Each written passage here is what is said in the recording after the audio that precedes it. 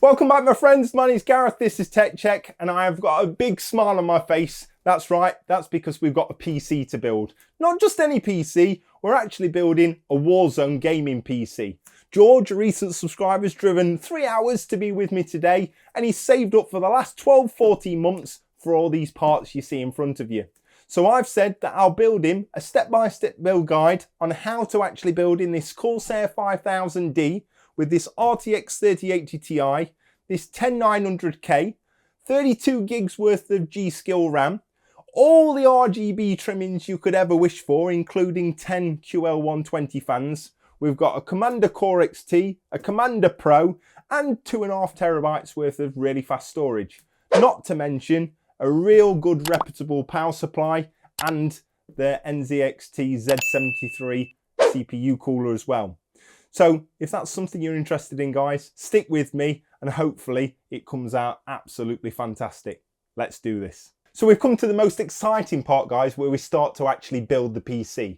So get rid of everything else off of your desk and only have in front of you what you're actually going to need. And on this particular occasion, we've got our RAM, we've got our CPU, we've got our motherboard, and then we've got our 2 terabytes of ultra-fast M.2 storage. So as we said before, guys, this is the i9 10900K. It's 10 cores, it's 20 threads, and at the time, it was the fastest CPU there was. Installing the CPU, dead straightforward, guys. All we've got to do is unhinge our retention arm and open up the socket, pull that back, and that will actually show you the actual socket itself. We take our CPU and we take it out of this really nice little package here. Now we don't need to be as careful as what we would do with AMD chips, as the pins aren't on the CPU, they're actually in the socket. So all we need to do is we need to line up the triangle, which is in the bottom left hand corner just down here, and we need to line that up with the triangle which is in this bottom corner down here. Carefully lower it into position, and there we go. We can then lower down the socket, push it under this little pin here, and return down the retention arm. Do not throw this away, guys. Comes in really handy if you're ever wanting to actually RMA your board or sell it on the second-hand market as well. Now we've got that CPU nicely seated, it's time to move on to the actual RAM. And this Trident Z Neo RAM, guys, is fantastic. It's really good quality. This is DDR4 at 3600 megahertz. And it's actually CL14, so a really low CAS latency as well. Installing our RAM, guys, is really straightforward. We need to open up our RAM slots by pulling back the tabs, which are there. And you'll notice on the sticks of RAM, there is a little slot which is more to the left than there is to the right. All we need to do is line that notch up with the notch that's actually on the RAM slot itself. We can then slide it in position, and it only goes in one actual way, guys. And once we've got it into position, firmly press on either side until you hear a click. Just like that. And what we're going to do, guys, is we're going to fill slots 1, 2 and 3 in exactly the same way. If you only had 2 sticks of RAM, you would put it in A2 and B2, which is basically the furthest one on the right, then you would miss one, then you would populate the next one, and then you would miss one. So that means that you're going to be benefiting from dual channel memory, and you've got them in the right actual DIMM slots as well. So moving on to our M.2 drives, guys. Now we have got 2 980 Pros. One's a 250 gig one and one's a 2 terabyte version. We're going to use the 250 gig one on our top M.2 slot for our operating system. And then we're going to put our second 2 terabytes on the second actual M.2 slot as well. Really important, guys, that you put your operating system on the top one. It's got more CPU lanes to the actual CPU, and therefore we're not cluttering it up with games and so on and so forth. Dead straightforward. All we've got to do is undo these 2 screws on the top to remove this heat shield, like so. And on the back, you'll see that we've got a thermal pad. And what we want to do, guys, is we want to remove the cover on this particular thermal pad, because if not, when it gets hot, it might melt onto our drive itself. So we'll remove that. We'll open up our 980 Pro, 250 gig. And to install this, guys, all we've got to do is put it at a 20-degree angle, slot it into the actual slot itself, and then you'll see that that can actually rest down here. Now, before we do that, we just wanted to make sure that the screw is in the correct position. What we need to do is literally remove this screw. And what you will find, if you don't have this M.2 screw, guys, go back into your motherboard box and it will be in a little bag in there. What we can also do is remove this little bit of film as well. So not only is it being covered from the bottom, but it's also being covered by the top thermal pad as well. So go ahead, 20-degree angle, slot it into place, and then now you can see that can firmly fit onto this particular screw there. We can go ahead and remove the screw and put it back in position. And I would advise, if you have got a magnetic screwdriver, this does come in really handy here. Doesn't need to be mega tight or anything like that, because it's going to be held down by this particular heat shield. And all we've got to do is then drop that back into position over the top, making sure that these two screws are firmly down.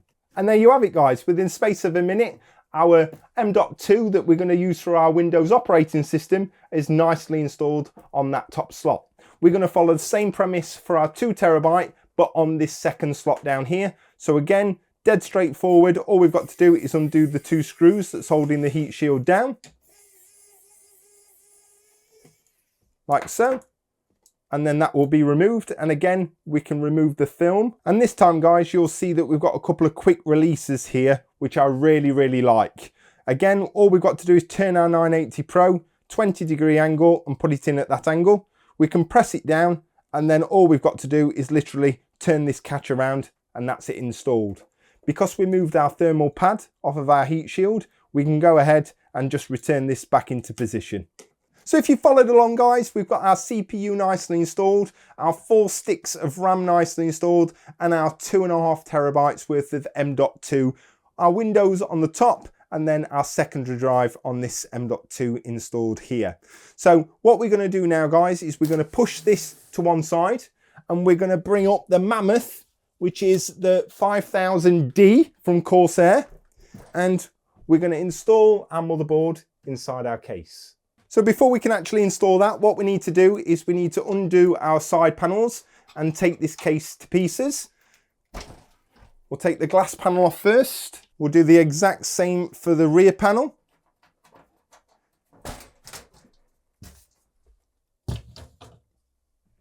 The top panel is just push, and then you can take off this nice mesh panel there. It's exactly the same for the front panel. And then we've got this nice filter which is there. At the top we have got another filter which is absolutely fantastic. It's just held in with a little bit of masking tape. And at the back we'll peel off this masking tape, which we can open then up the door and just pull up. And we're now down to the meat and bones of it, guys. So essentially we've got loads of opportunity for SSD storage here. We've got a nice little cutout with a thumb screw there that we can access if required. It also comes with PWM fan hub as well. And then we've also got one fan at the back, which is a 120. And then we've also got another included 120 fan at the front as well. So the plans here, guys, are really straightforward. We're going to go ahead and install our motherboard into our case. It already comes with pre-applied standoffs already. And what we're going to actually do is remove these fans, because we're going to be installing 10 Corsair QL120s, as well as a Z73 all-in-one cooler as well. So the first thing we're going to do, guys, is we're going to remove this front fan and this rear fan. Really straightforward. All we've got to do is literally remove the 4 screws holding that in place. The exact same for the rear.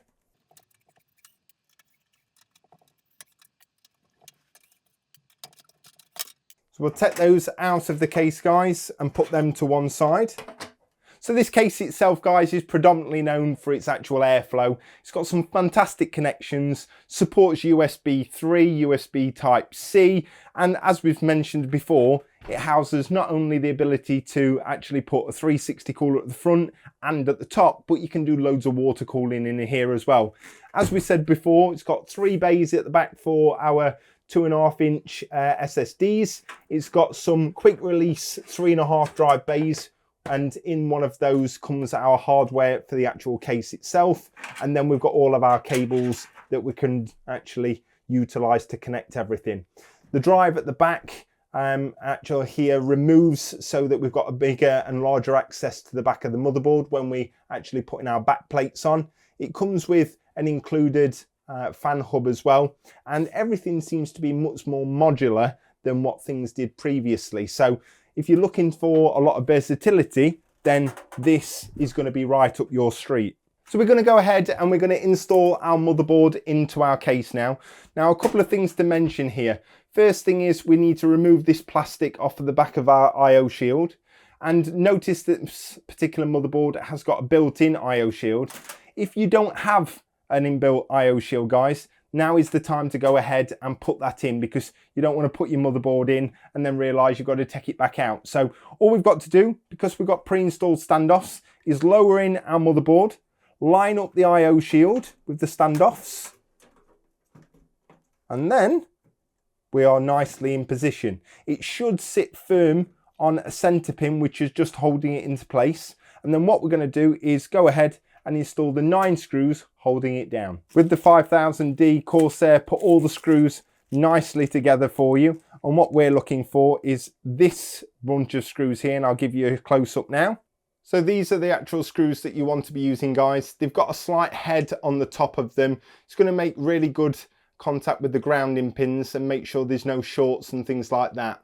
So I would again advise, if you have got a magnetic screwdriver, go ahead and use that, because on these ones we're a little bit more fiddly. It'll make it much more easier.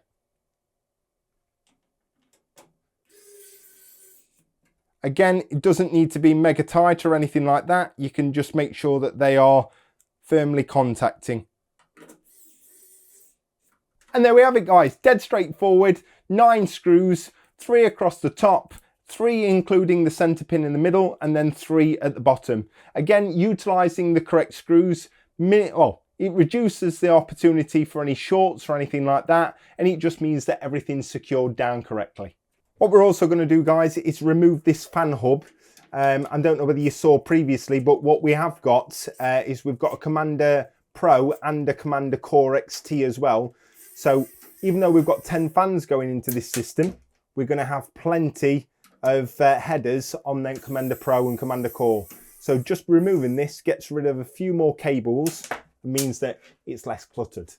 So now we've removed that fan hub, guys, what we're also going to do is we're going to create a little bit more space a little bit later on, potentially removing these 2 SSD trays as well. Whilst we're actually here, what we can do is we can undo this little thumb screw, which will give us access to the back of the motherboard. So when we go ahead and install our CPU cooler, which we're going to do next, we can actually put on the back plate. So what I've also done, guys, is just undone these 3 screws on this fan bracket here, which then releases that. What you also need to do is just remove these 3 straps here and undo 1, 2, 3 screws, which then allows you to basically just remove this little bracket here out of the way. And then we've got 1, 2, 3 screws here as well. Now you don't need to remove this at all, but I'm going to just remove it to give me more access to everything that I'm going to need. And I'm going to remove the front panel on the front so we can create a little bit more airflow from the rear. So what we have got now is we've got our panel that we can totally remove. And then you can see this panel, which is located here. Again, another mobility part here is we can undo these thumb screws on the front and back of this 3.5-inch drive bay. And again, we can remove this totally if required to an alternate position. If you've got a larger power supply, you could put this right at this end here and you've still got the versatility of that. Now, seeing as we've not got any 3.5-inch static drives, what I'm going to do is I'm going to totally undo these thumb screws. And then what we're going to do is we're going to remove the drive bay totally.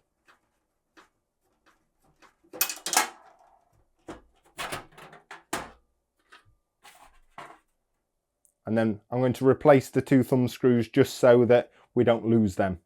So as you can see, we've got loads more room down here now. Much larger power supplies can go in here as well. And the other thing to note is you have got another thumb screw here that you can take out this plastic part if you're wanting to mount 360mm radiators and potentially put a cap at the end, because this 5000D, like the 5000X, does come with an alternate part for this as well, and I'll show you that very shortly. The next thing we're going to do, guys, is remove this panel here. So we've got a thumb screw which is just up here at the top. There's one, and then we've got another one just down here at the bottom. It is a little bit more awkward to get to, so I find a screwdriver just a little easier. There we go. And then we've also got one screw which is here, and then one more screw just up at the top up here. There we go. And then we should be able to just take out this panel here if we undo the thumb screws. There we are. And that's our panel totally removed. So now you can see, not only have we got much more options for mounting these fans on the side, but we've got much more room for larger power supplies. And again, that option here for, again, just undoing the thumb screw, which is here. There's one more at the front, which is there. And then this plastic part would actually be taken out. And you've got an option to actually have one that comes directly straight down here. And we might put that one in just to make it look a little nicer as well, because we're not front mounting that. So it would be nice just to have a solid finish and not an open end down here. So potentially where cables can come out as well. What we're doing here, guys, is we're just putting back our fan bracket back into position. Again, all we've got to do is make sure that our cables are fed through the opening and the gap at the top. And then we're going to fix it back down using these 3 screws here. And again, these 3 screws here. And then we can put down our actual thing back in place here so that we can get our cables and everything back strapped down. Again, one of the biggest points about this case, guys, is the airflow. So we do want to maximize on that. And due to the fact that we have got 10 of these expensive Corsair QL120 fans, I want 3 at the front, I want 3 at the side, which are going to provide intake. So 6 fans blowing air into the case. And then we're going to have 3 at the top exhausting heat through the actual radiator. And then 1 at the actual back exhausting heat as well. Again, it's going to be fantastic because we're going to be able to control all this through the IQ software as well, and some of the lighting effects we're going to be able to get are going to be fantastic. So we put our cable tidier back in place. 1 screw, 2 screws, 3 screws. We can feed our Velcro straps back through. So now that you've got your straps back in place, guys, what we'll do is we'll move on to the CPU cooler. So guys, the cooler of choice this week is the Kraken Z73. Don't really need to say much about this cooler, to be honest, but it is a 360mm all-in-one cooler. It's got the absolutely pivotal LCD screen up there. It's going to be able to give that little bit of fun aspect and be able to display all the temperatures of the system and stuff like that. We are going to remove the 3 NZXT fans, and we are going to be replacing them with 3 QL120s. Let's go ahead, install this as an exhaust at the top of the case. So here we have it, guys. We've got our radiator, we've got our pump, we've got our back plate. Now, the pump already comes with the Intel mounting bracket already installed. We've got our mounting hardware, including our thumb screws. We've got our fan hardware, which is long screws, short screws with washers. We've then got our USB cable. We've then got our power cable. And then we've got our 3 Corsair QL120 fans. Now, relatively straightforward, guys. All we're literally going to do is, this is our USB cable. This plugs directly straight into here. We've also then got our other power cable, which is here. And we've got this little connection here, which plugs into the side of here. And then off of this cable, we've got our 3-pin splitter, which we're not going to use. We've got our SATA power cable that's going to power the pump. And then we've got an NZXT RGB connection, which again, we're not going to use. And then the last connection we are going to use is our CPU header, which is going to obviously connect to either our pump header or our CPU header on our motherboard so that we can control the actual settings for the fans. Now, Dead straightforward. We're going to unbox these three QL120 fans and we're going to install them to the underside of the radiator as we're exhausting air through the radiator out to the top of the case. So I'll go ahead, we'll unpack these, I'll get these installed onto the radiator and we'll come back very shortly. So some really important things to note here, guys, when we are mounting these radiators. First is the orientation of these actual fans. And guys, look how absolutely amazing these QL120s are in black. Absolutely fantastic. So, a couple of things. We're obviously going to be mounting this at the top as an exhaust. So essentially what's going to happen is we are going to be putting this into the case like so. Okay.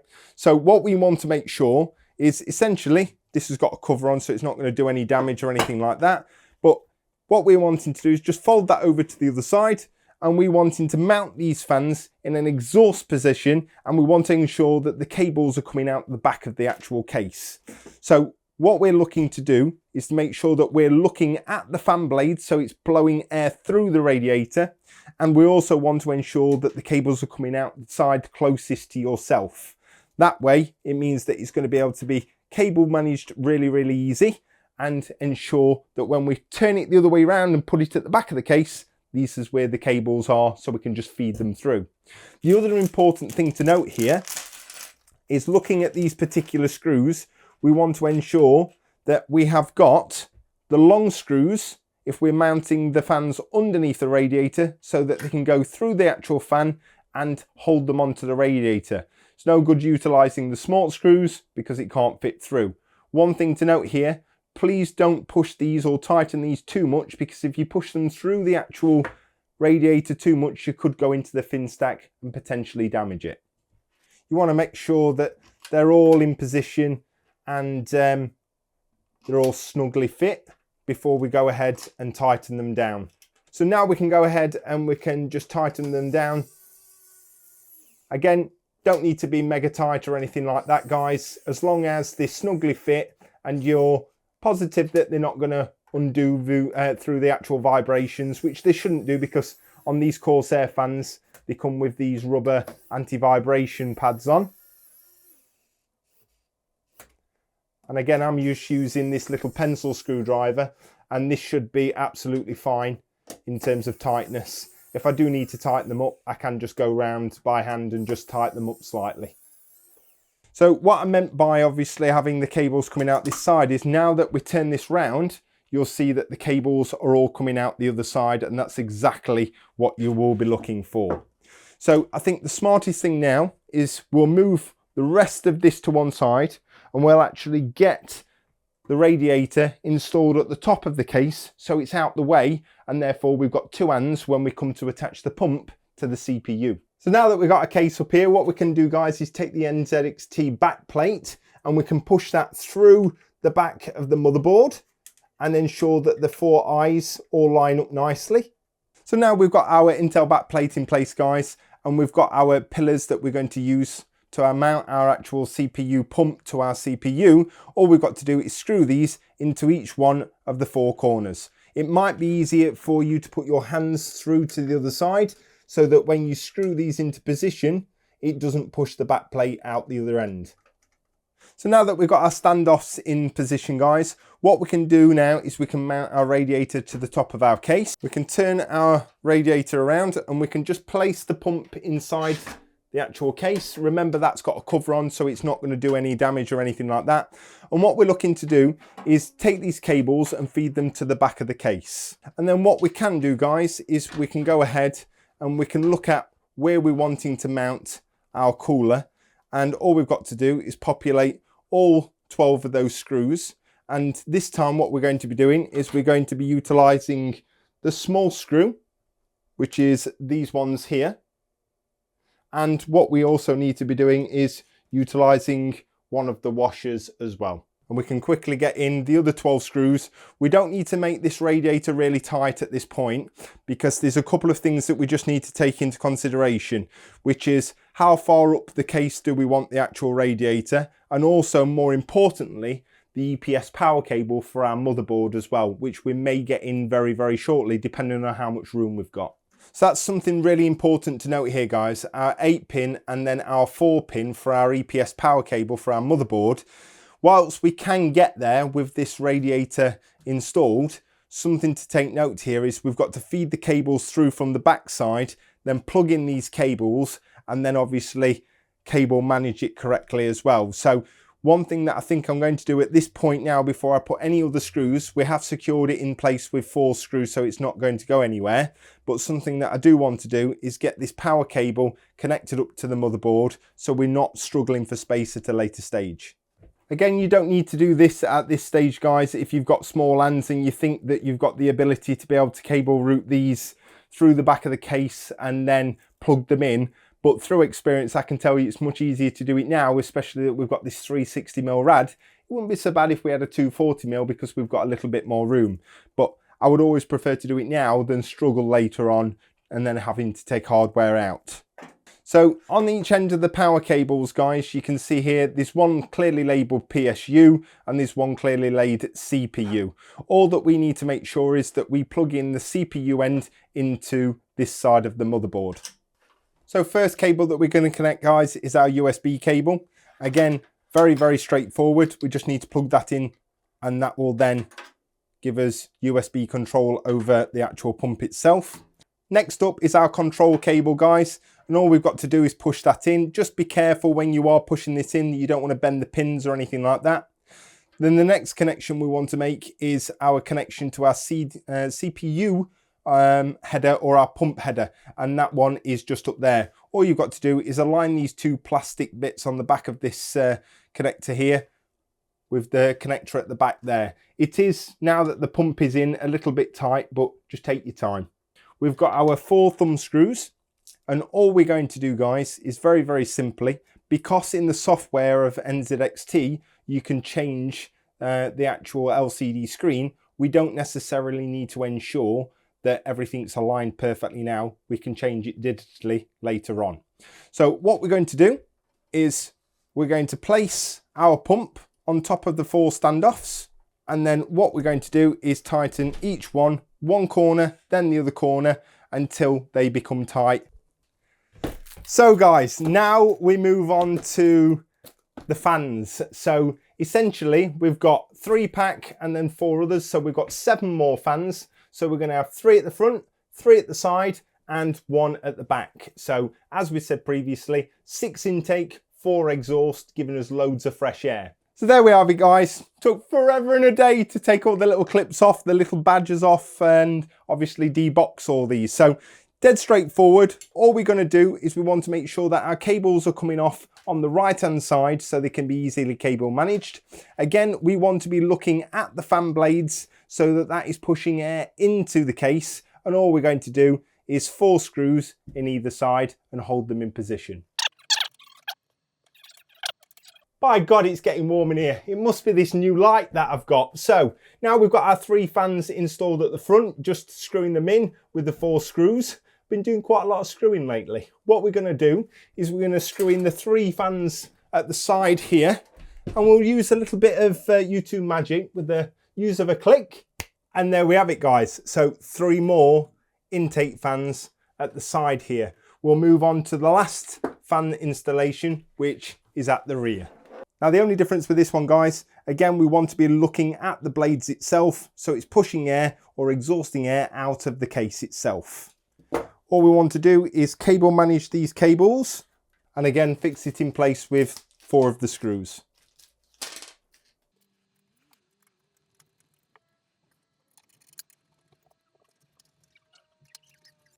So now I've just retook these cables out, guys, and fed these cables off of the fans through the grommets at the back here, just to get that that extra special cleanness that we're looking for here. And again, the exact same for these cables through these 3 little holes here. You can start to see some of the cable mess at the back of here and how many cables we've actually got. We've still got a Commander Core, a Commander Pro, and RGB hub for fans as well that we're going to put in here. So what we're going to do now is we're going to turn it around the other way round, and we're going to take off these 3 SSD trays, and we're going to mount those 3 Commander Pros, XTs and the hub itself, and we're going to use some double-sided tape, so I'll go ahead and do that. So I've just reached that point, guys, where I've just connected everything, done it on one camera, realised the other camera weren't turned on. So now that we have got this camera turned on, I'm just going to quickly run through these connections again. So essentially, guys, top and bottom of it, it's not going to be as easy now, but what we've done is we've connected the front 1, 2, 3 fans, 4, 5, 6 fans to our Commander core. And that goes 1, 2, 3, 4, 5, 6. Very important it's in order. And again, 1, 2, 3, 4, 5, 6. And that's the front 6 fans. What I've done then is I've connected my Commander CoreXT via a USB 2 connection to our Commander Pro. And then I have run fans number 1, 2, 3, 4 power to 1, 2, 3, 4. I've then connected 1, 2, 3, 4 fans via RGB into 1, 2, 3, 4, and I've connected the USB 2 connection to my Commander Pro. All I've done then is I've took the USB 2 connection from our all-in-one cooler and I've daisy chained it to my Commander XT so that we've got a USB 2 connection as well. Essentially, each one of these hubs will require a SATA connection, which is 1, 2 and 3. And then all I've got to do is run my Commander Pro USB 2 connection to my header on my motherboard. Very, very straightforward. Please remember a couple of different things. Number one, RGB needs to go in order for everything to work correctly in terms of effects. Power for the actual fans themselves can be in any slot whatsoever. My sincerest apologies, my diviness meant that I didn't check that we were recording. I were on that particular screen there and I don't know what that picked up, so I will review that. But essentially, guys, I'll go away and cable manage this and I'll be back very shortly. We will go ahead and put in the power supply cables as well as the strimmer cables as well. This is the ROG Strix 1000 watt power supply. I have already opened this one due to the fact that we needed the cables out of it for the UPS power cable, but let's just marvel in a little bit of ROG here, because guys, this is a 1000 watt unit and look how sexy this power supply is. It's insane. All blacked out, 1000 watts, pure power here, and it's in a small form factor as well. So if you did want to put that actual hard drive bay back in, and you wanted to give yourself that hard drive space, then you would have absolutely no problems here at all. On the back, it does have the decibel fan, so you can turn it on or off. And again, your on-off switch as well. So really, really nice power supply. Loads of connections in terms of peripherals and stuff like that here as well. So plenty of upgradability if you wanted to actually upgrade to the latest 4000 graphics cards or potentially new Intel or AMD platforms as well. So what I'm going to do, guys, is this is really, really straightforward. All we've literally got to do is plug all our connections into the back, and I'm going to walk you through that. And then we've just got to slide this into here, moving the cables slightly out of the way. And then we've just got 4 screws that we need to screw from the outside of the case into the 4 holes that is holding actually the power supply in place as well. So I'll go ahead. We'll get all the cables that we actually need, and then I'll go ahead and install it. So we'll go ahead now then, guys, and connect all of the cables required for this power supply for all our connections. So the first one is SATA power. So what we're going to do is we're going to go ahead and connect that into place. So essentially we've got a 6-pin, as it says here, peripheral, IDE, SATA or Molex. So we can connect this one just down here, like so. We'll use one at the minute, and then we have got an additional one if we require it. The next one is going to be our 24-pin connection, and this is really straightforward, guys. We've got a 24-pin that needs to go to our motherboard, and then we've got 2 separate connections that need to go to our power supply. So essentially, all we've got to do is connect the big one to here, and then the smaller one right next to it. Just make sure that they're nicely clicked into position. And then what we also have is we've got 3 PCIe power cables, and this is for our graphics card. Now again, it says PSU on that one and PCIe on that side. So what we're going to do is we're going to connect number 1 to this one here. Again, make sure it's clicked in. Number 2 next door to it. And then finally number 3 next door to that. And that will provide the 3 8-pins required for our graphics card, and we should be absolutely fine. We do have one more SATA power, so let's just have a quick look at how many we actually need. So we're going to require 1, 2, 3, plus 1 for the pump, which is up here. So that's 4. Now, on this particular SATA power, we've got 1, 2, 3, 4 connections. So we should be absolutely fine. The only thing we might run into is this one up here not being long enough or it looking unsightly. But again, we have a door that covers all that anyway. So let's quickly push all of these cables out of the way, and then we can go ahead and drop our power supply into place. The last thing to note here is with this power supply, the fan needs to be directed downwards, because on this 5000D there is a filter that we can remove. So essentially that's going to push out hot air or draw in cool air. So we want to make sure that the fan is facing downwards. Just be ultra careful with regards to any cables, and then we can lower it into position. There we go. And then all we're going to do, guys, is screw it in place with the 4 screws that we had previously, wherever they've gone.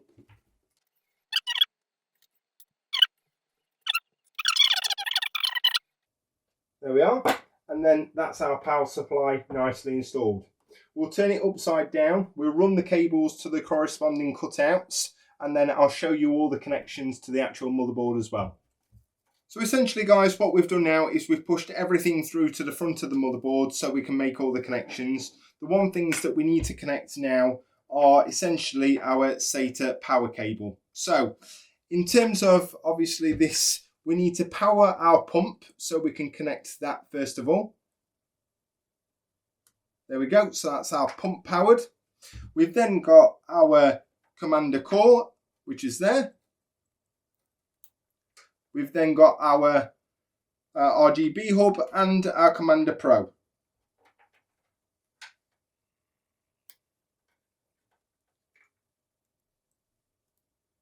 Before we actually push these SATA data cables, or SATA power cables shall I say, into the bottom of this well and we can't get anything out, guys, remember I had that other SATA power cable. I just want to have a quick look at these strimmer cables and check how we're going to actually power these ones as well, because we've got 3 8-pins and then we've got obviously the 24-pin as well. So what we're going to do is we're going to go around the front, we're going to hook everything up, and then hopefully make all the connections, tidy the rest of this up at the back of here, and then get the graphics card in. So bear with me. Another schoolboy error. The microphone went dead and nobody noticed as well. So great for the audio quality. But what we have done, guys, is we've swapped out the batteries. So we've determined, guys, that we need power for the Lion Lee hub here. This is to connect to our 24-pin. What we're going to do is we're going to power this Lion Lee hub here via SATA power. Okay, so at the top there is a couple of different connections up here. What we need to do is just push this one into here like so. That's our power. But what we are going to need is we need to connect our 24-pin to our Lion Lee controller, and essentially it goes in the other end. And as you can see here, this one pushes straight into this connection, which is just here. What we are going to do, so that George doesn't need to actually come into the back of his case and actually press this controller, guys, what we are going to do is, because we've got an RTX motherboard, is I'm going to connect our 3-pin 5-volt connection so we can attach this to our motherboard, and then the strimmer cables can be also connected and controlled via our motherboard software. Next important thing here is that we need to connect our 24-pin to our strimmer cable. There we go. So that's now all connected, fine. Let's get in the 3 8-pins for his graphics card as well, guys. Look how sexy they are. They're going to be absolutely amazing. So in order to connect our 3 8-pins, guys, what we've got is this little connector here. All we've got to do is push this onto here, like so. And then again, this connects onto a 5-volt addressable header on our motherboard as well. And then all we've got to do is attach our 3 8-pins in terms of PCIe cables onto this side of the Leon Lee connector as well. There we go. So this side to a 5-volt addressable header on our motherboard, and then these 3 connections directly into our graphics card. So what we're going to do now, guys, is we're going to tidy this up. I'll push these through to the front of the case. We'll make the connections on the actual motherboard itself. We'll get everything put back together, finally, for the graphics card. What we'll do now is we'll connect our 24-pin, and we can just bend that one round. There we go. Oh, that's going to look nice. So that's our 24-pin. We've now got our USB Type-C, which goes into here. Again, this is one of those connections, guys, that you just want to take your time with. You don't want to actually break it or anything like that. So just be careful and take your time with it. It'll only go in one way. There we go. And then we've got our actual USB 3. There's a little notch on the top here, and we just want to make sure that that notch is lining up with that one there. So we do need to turn it slightly. And then what we can do is just turn it round. Again, this is one that you need to be very careful with. And we can fold that one nicely into position as well. We come down to the bottom now. And the first one we've got is our HD audio. You can see there is a blank, which is there. And then we're connecting it up here. So essentially the easiest way is if you have the audio facing upwards, you can't go wrong. And what we'll do, guys, is we'll push the excess through to the back. We've got our Commander Pro that we need to connect to a USB Type 2. So again, there's a blank in the top right hand corner, and that needs to go down to the bottom left hand corner. So if you have, again, turn this around and make sure that that bank is in the bottom so the USB is facing upwards.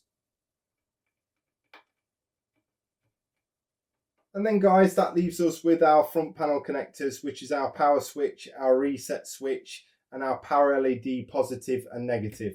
So on the back of the power switch, there is a tiny little triangle that indicates the positive.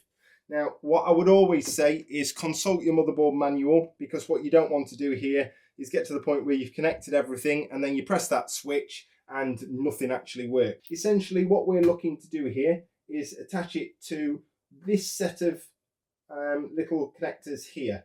So what we're looking to do is connect our triangle to this first connection, which is just here. Once we've got our power switch on, the easiest one to do now, guys, is again, we need to put our reset switch on.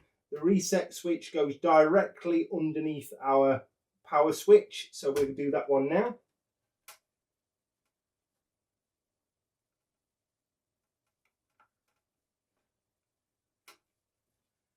And then the last two are our power LED positive and negative. Now on this particular board, it says the power LED is on the right and the negative is on the left. So I'll try and put these on both together, but they go next to the 2 connectors next to the power switch. There we go. And we can push the excess again through to the back of the case. Where does that leave us now, guys? That leaves us with just pushing our 3 8-pins through for our graphics card.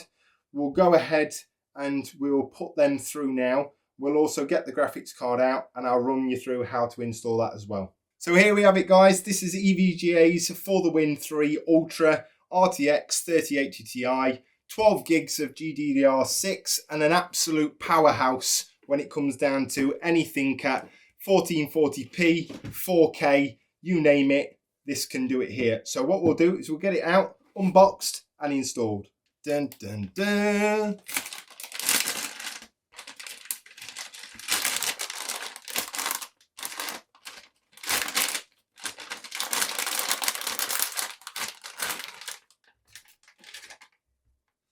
There she is, guys. Absolute beast of a graphics card. Huge heat sinks to do that cooling. Amazing back plate as well, especially with the cut throughs. and EVGA know how to make stylish cards as well. So we've got a little bit of RGB on the front, which will be absolutely stunning as well. So let's get this unwrapped and let's get it installed. So the easiest way to get these installed, guys, is offer it up to the PCIe slot like that. And essentially what we're looking to do here is we're looking to remove this slot and this slot here. We need to remember to open up our PCIe slot as well by pushing down the bracket. We need to remove our cover. And then what we can do is line it up gently. And once you've got it lined up, guys, we're looking for a confirmation click. There we go. All installed nicely. And then all we've got to do is we've got to take our strimmer cable, which is the 3 8-pins, and connect it to our graphics card. What we can also do is return the screws back in to get rid of any unwanted sag and stuff like that as well. So guys, if I don't say myself, that looks absolutely insane with these 3 8-pin PCIes for strimmers and ultra clean on the 24-pin as well. What we're going to do is we're going to put the front, the top and the back panels back on. I'm going to invite George to come and do a peel on his all-in-one, his motherboard and his side panel. We'll hook it up and see if we hit that test post. Tear off your little plastic on your motherboard. Ooh, baby. And then on your all-in-one.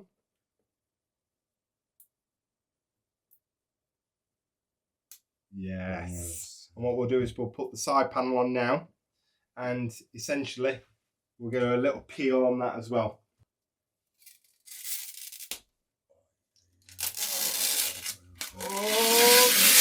Now touch that, see if there's any static on it. So this build's had it all, guys. We've had to change the actual memory cards because one was faulty, and then I forgot to turn the actual mic back on. Then the batteries went and I forgot to turn the camera back on. I weren't even recording, so I don't know really where we are with this. What I do know is though, we've turned up with an absolute beast of a machine and it looks so clean, it's unreal. But the mega test here is when we turn that power button and we press OK, do we actually hit the post screen? So what we'll do, turn on, and I love it. When I look through that tempered glass and I see the motherboard turn on and it looks good. So next thing is let's just make sure this monitor has got some power. Let's press the power button. Woo, baby! It's all lit up. So we've got 6 front fans at the front. We've got our 2 Leon Lee strimmer cables, and then we've got our all-in-one or AIO, and then we've got our rear fan that's lit up as well. Our RAM's all good.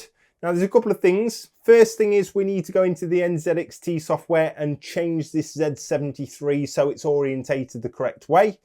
And then we need to set up the RGB, installing IQ and everything else. But I'll show you a look around it, guys, in a minute, but it looks insane.